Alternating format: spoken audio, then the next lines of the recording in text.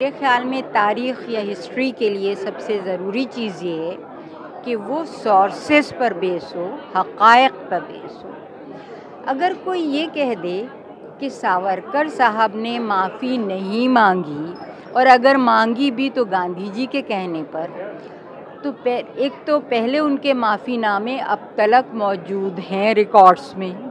دوسری بات یہ کہ وہ کہتے ہیں گاندھی جی کے کہنے پر مانگی۔ گاندھی جی اس وقت ہندوستان ہی میں نہیں تھے، اور اس وقت تک مجھے یقین ہے کہ نہ واٹس ایپ تھا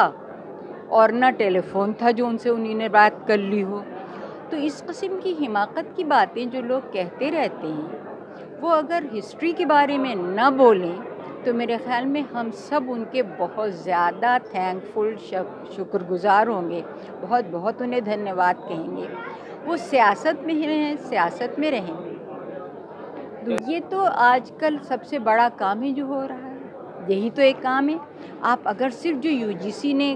اس گورنمنٹ کے زمانے میں یو جی سی نے جو نیا سلیبس نکالا ہے، جس میں اکبر کا پورا پیریڈ ہی نہیں ہے، ہندوستان میں 1556 سے لے کے 1605 میں کچھ ہوا ہی نہیں تھا، انہیں بالکل بلینک ہے، باقی تو اور چھوڑ دیجیے جو غلط کہا ہے۔ لیکن صرف یہ کہ آپ اپنے ملک کی تاریخ کو، اپنے دیش کے اتہاس میں سے 50 سال بلکہ 51 سال غائب کر دیجئے کہ وہ تھے ہی نہیں، کیونکہ آپ کے لیے اشوک، اکبر اور نہرو یہ 3 نام اینتھما ہیں جو آپ نہیں سن سکتے۔ این سی آر ٹی کی وہ کتابیں جو ارجن سنگھ صاحب نے لکھوائی تھیں ہسٹری کی، جس میں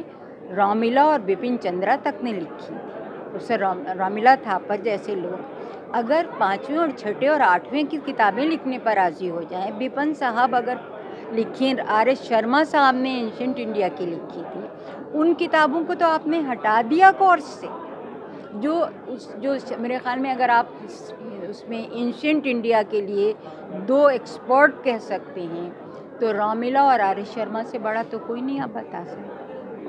آپ ان کی کتابیں ہٹا دیں گے، ماڈرن انڈیا سے آپ پروفیسر بپن چندرا کی کتاب ہٹا دیں گے، اور آپ کس سے لکھوا رہے ہیں جن کا آج تک ہم نے نام ہی نہیں سنا، ان کی کوئی سچی مچ کی لکھی ہوئی کتاب کا نام بتلا دیجئے جن سے آپ لکھوا رہے ہیں۔ تاریخ سے چھیڑ چھاڑ خالی نہیں ہے، یہ ملک سے چھیڑ چھاڑ، یہ دیش سے چھیڑ چھاڑ ہے، یہ ہمارے سوچنے کے طریقے سے۔ اگر ہمارے بچوں کو آپ غلط چیزیں پڑھائیں گے، یہ کہتے ہیں کہ بچے جو ہیں، جو اسٹوڈنٹس ہیں، they are our future, they are the realities of tomorrow۔ تو ہماری ٹمارو کی، جو آنے والے کل کی جو حقیقتیں ہیں، ان کو ہی اگر ہم غلط کر دیں گے تو ہمارا دیش کہاں جائے گا؟ تو کرٹیسزم ہی کر سکتے ہیں، ہمارے ہاتھ میں یہ پاور تو ہے نہیں کہ ہم ٹیکسٹ بک بدل سکیں یا کچھ اور کام ایسا کر سکیں۔